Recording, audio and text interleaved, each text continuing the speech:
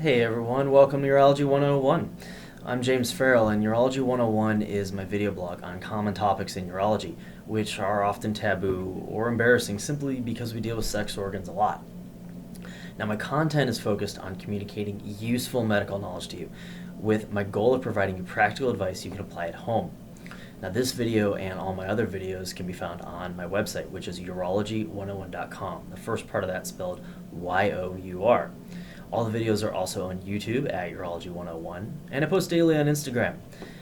Great content. Of course, you should check it out. The name's super original, Urology 101. And with that, let's get to today's video, which is absolutely an embarrassing topic if you let it be, and if you think about it too much, which may be part of the problem. We're going to talk about erectile dysfunction in young guys, so specifically guys who are in their 20s and 30s. I don't want to spend as much time on guys who are 40 to 60, the so-called middle-aged guy, a group I'm unhappy to be rapidly approaching. And that's because a lot of their concerns are related specifically to medical things that have accumulated over time. And they're really good at coming in and talking to us. It's not really that taboo anymore, thankfully. And we have good ways that we can help them. You know, commercials on Viagra, Cialis, Levitra, that stuff's been out for 20 years. And so that's really helpful, and we get to see them. But I don't get to see the guys who are 20s and 30s quite as much. You guys are honestly more likely to talk to your friends, to look in the back of Maxim, see if you can find some supplement or something to buy that may or may not be helpful and honestly can be quite harmful. Or do nothing about it and frankly just suffer. So I hope this is a good forum to get in touch with you and give you some thoughts and help you present and go talk to somebody, because there are some things we can do to help. And before we get into that, though, I want to talk about normal erections and how they all happen. Because when we were all 14, a change in the direction of the wind, I swear, would give everybody an erection, and that's probably why we're all walking around with untucked shirts.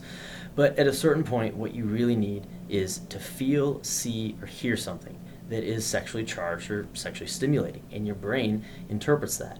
And it sends a bunch of direct signals straight from your brain down to your penis, because of course those two are connected. We all knew that.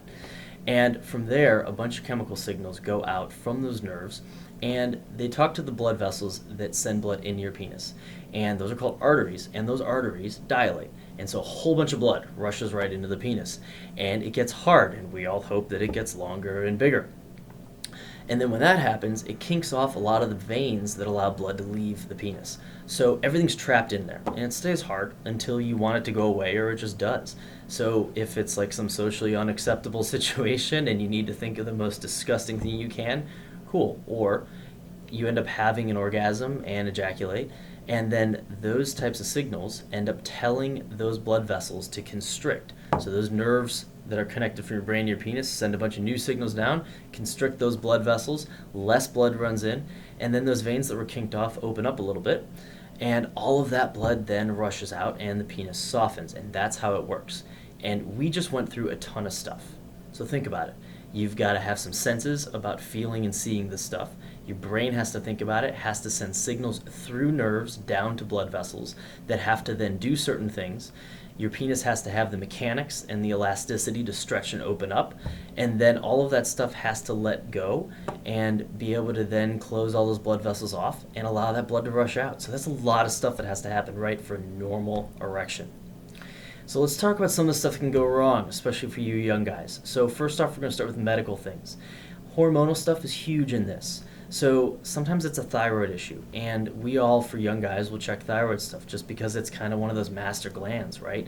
So you got to make sure that that's going normally and that it works. The next thing is testosterone. For a young guy, normal testosterone is really important for erections. And so we're going to check that and some other hormone levels.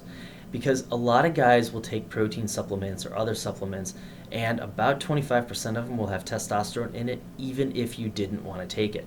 So if you're in some situation where you've been taking some stuff for a while and you decide to stop, and then soon after that you start to feel like you don't have any energy, you have less interest in sex, you can't get erections, you probably had something that was giving you testosterone, and that can be a real problem, and it takes a while to get stuff kind of back in line and all working properly, but we can help you with that, and it's good to talk about that. So recognize that testosterone is a big deal for young guys. All right, another thing that is less common but can happen is early onset diabetes and high blood pressure. Those things tend to be the more middle-aged stuff, right? Like the cumulative thing that over time it's an issue. And I want you to think about it early in life because 20 years of that will cause you problems. And the same with cholesterol. So it's important to see doctors, if for nothing else, to just get these preventive health checkups and then learn different ways to reduce your problems that go along with those types of things that can really do some damage over 2 to 3 decades. So that's another thing. A big one for young guys is going to be psychological, and we're going to talk about mood disorders. So we mean like anxiety, post-traumatic stress disorder, depression, bipolar disease. The medications for all of those really can influence and reduce your ability to have normal erections. Now, maybe you need those medications, and you absolutely should talk about any changes with the person who put you on them. And I mean, this is a big deal. Work with those people about it. If the erections are a problem and you really want them, then talk with those doctors about how to work and change your medications around, maybe getting you off of them, working on behavioral therapies, different stuff that can be really helpful. Because mood disorders are a big deal. They're important to be treated. You should work with your doctor and manage the side effects, some of which really can be erections. All right, I think I beat that one with the dead horse enough. The next thing to talk about actually can be something called Peyronie's disease. So sometimes if you're getting erections and they really, really hurt, guys will come in and talk about erectile dysfunction and how they don't get them. And you find out that really the issue is that it really, really hurts to start to get an erection. And so then they just don't get them anymore, or they try not to get them because it's painful. So if that's the deal, there are ways that we can help you with that too, so come see us.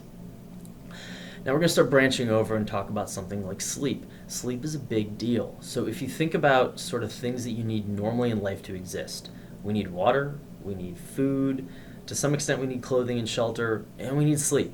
And if you were sleeping 5 hours a night for 2 or 3 weeks in a row, you're not going to be interested in sex, and you're not going to be getting erections. That's just how your body's going to work. You just don't need to have sex to live, despite how we all feel about it. So getting back to some normal, good, healthy sleep and sleep hygiene is a really important deal when we talk about sexual relationships and we talk about erections and having good ones. So things that can be an issue here. Think about whether you're watching a lot of TV at night. Computer screens, phone screens, stuff like that can reduce your ability to sleep well, and maybe get rid of those for a half hour or something before bed. There are a lot of people who can specialize in sleep hygiene and help you with this. So if that's a concern, then those are good people to see, because after a couple weeks of not sleeping, your testosterone is going to be in the tubes and you're going to feel exhausted, and that's something that should be helped and can improve all of your erectile function. Next, move on, we're really going to get more into the desire side of things. So an important thing when we talk with guys about this is, are you interested in sex? Do you generally think about it? Do you have that normal quote-unquote libido or that desire? And if that's there, that's a good thing. The next thing to understand is, do you get night erections? Do you get ones in the morning? Because if you get erections at night and in the morning, then the mechanisms work. It's not as though there's something wrong. Your body works, and I want to give you that reassurance that it does. So if it's just not working at certain times, then you kind of got to look into a couple other things. Like, for instance, are you with the right people? Do you desire the partners that you're currently with? And only you can really answer that question, but it's an important question because it's part of the conversation. Another one that's important, honestly, is pornography. So there's some good data out there that pornography shared between partners and couples can be really helpful for that sexual relationship. There's also plenty of data out there that pornography can really destroy all of your sexual relationships, partly because you can get onto Google and you can find whatever fantasy you want within 2 minutes of searching. And you can find it as often as you want. And you may have partners who are just not going to live up to the behavior that you now find arousing. And because of that, you're not going to be as aroused when the situation happens in real life as opposed to virtual reality. So if that's part of the issue, then really be honest with yourself. One of the best ways to kick that habit is just to stop watching it. Tell your partner, explain things to them, and get working on it. They'll understand. That's why they're there with you. So that's a great thing to work on. Another one that can sort of be an issue is honestly performance anxiety. So some guys will come in and they're so wrapped around inside their head on this, where they think about it all the time. So recognize that if you've had a situation where sometimes it just didn't work, that's okay. It really is. Most guys are going to be able to tell you that every so many months or this month or, I've had a lot of work and things just aren't working well. guys are going to be able to say that that happens, and that's normal. Frankly, that's just something that develops. But it's not normal to have erectile dysfunction, every other time or the majority of the time that you're trying. And sometimes what can happen is you just have one or two times that doesn't work right, and then you get in your own head, right? You start thinking about it and thinking, is it going to work? Is it going to work? And amazingly, the same chemicals that cause those blood vessels to constrict and stop your erection are the same ones that are really, really present when you have anxiety. So if you have a lot of anxiety about it, you're actually creating the chemicals that will keep you from getting a good erection. So the more you can relax and not think about it and not worry about it, the better off you are. And sometimes that's a situation where something like Viagra, Cialis, Levitra is going to help a young guy. Those are great medications that are really well tolerated. And that might just be enough to get you over the hump, no pun intended there, to get you back into a spot where you're doing really well. And I think that really hits the majority of things to talk about here. So I hope all that stuff's been helpful. Send me your questions, send me your thoughts. Take care of yourselves, take care of your families. Have a great night, everyone. I'll see you soon.